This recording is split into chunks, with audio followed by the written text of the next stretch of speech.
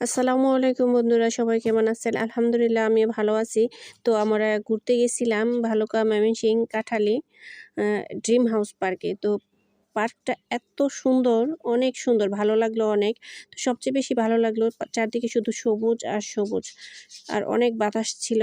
এখানে বাচ্চাদের খেলাধুলা করার জন্য অনেক সুন্দর জায়গা ছিল। তো ময়মনসিংহ ভালুকা এখানে পার্কটা এত সুন্দর, সবাই দেখতে আসবেন, ঘুরতে আসবেন। আশা করি অনেক ভালো লাগবে, মন ভালো হয়ে যাবে সবার। পড়ালেখার ঝামেলা, এসব ব্যস্ততার কারণে ছুটি হয় না, কোথাও ঘোরাও হয় না, বেড়ানো হয় না। তাই আমরা কয়েকজন গার্ডিয়ান মিলে এই পার্কে যাওয়া হয়েছিল। তো এখানে রাইডসগুলো অনেক ভালো, অনেক সুন্দর।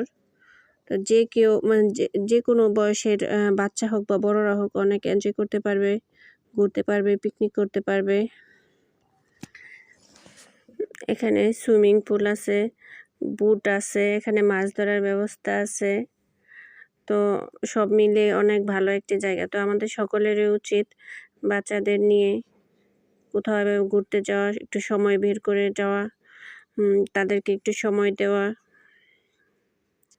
আসলে বাসা থেকে বের হলে, প্রাকৃতিক পরিবেশে বের হলে মনটা অনেক ভালো হয়ে যায়, অনেক ভালো লাগে।